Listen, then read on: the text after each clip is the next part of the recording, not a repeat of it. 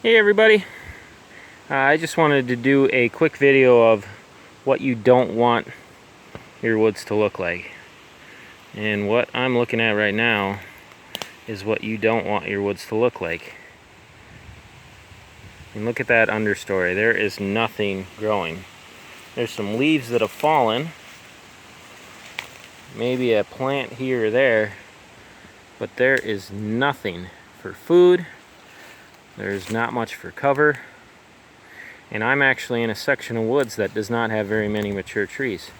You know, when we think of canopied forest, we think of mature trees, but there are not that many mature trees right here. And there's one good-sized red oak, but most of the trees in this area are 2 to probably 6 inches in diameter, maybe a few that are 8, but it is predominantly this kind of stuff, just pole timber, and lots of it.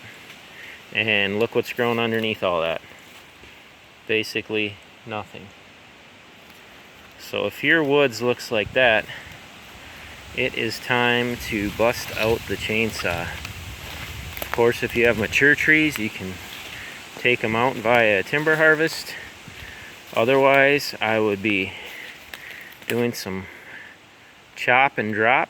Just get the trees down so you can get sunlight in, or be creating some hinge cut bedding areas. Over here, what I did was just some chop and drop. These are ironwoods. They make a beautiful hinge, but they don't stay alive. There are a few mature trees over here, so I just cut them straight down because the mature ones will get cut at a later date by the logger. My goal is just to get them out of there. I shouldn't say that they don't stay alive when you hinge them, they just don't stay alive very well. You'll get a few to live, but, and they, I mean, if you want to hinge them, go for it. They prop up nice and they'll give you kind of the look of cover for a few years until they really start to break down. Nice hardwood, so they keep intact for a while. But I just knocked them down to do that. Open up that canopy, let some light in, and when the big trees like that guy and well, maybe a couple of these birch over here, when they get cut out of here, even more light will come in. And once the logging's done, I will probably come in and I'll keep knocking down ironwoods and maybe other species that don't hinge cut very well, but I already have some places in this woods picked out where I will be doing some hinge cut bedding areas. You can see I cut a little bit over there. But look, I mean, where I was cutting there is nothing underneath here. So this is not doing anything for the deer. Might give them a cool, shady spot to lay in the summer. But when the deer season hits and they want that thick, high stem count cover, there's nothing there.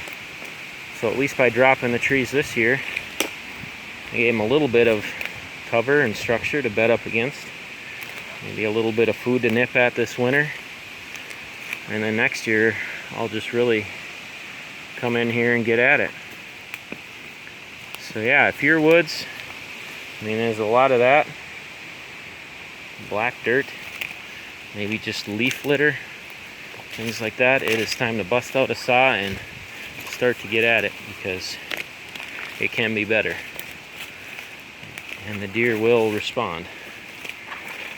Even if you've done a pretty aggressive timber harvest and you're sitting on maybe you're at the 7 to 10 year mark of your since you've done timber harvest, you're probably gonna have a lot of this straight pole timber, and underneath it's gonna be a lot of that, whole lot of nothing.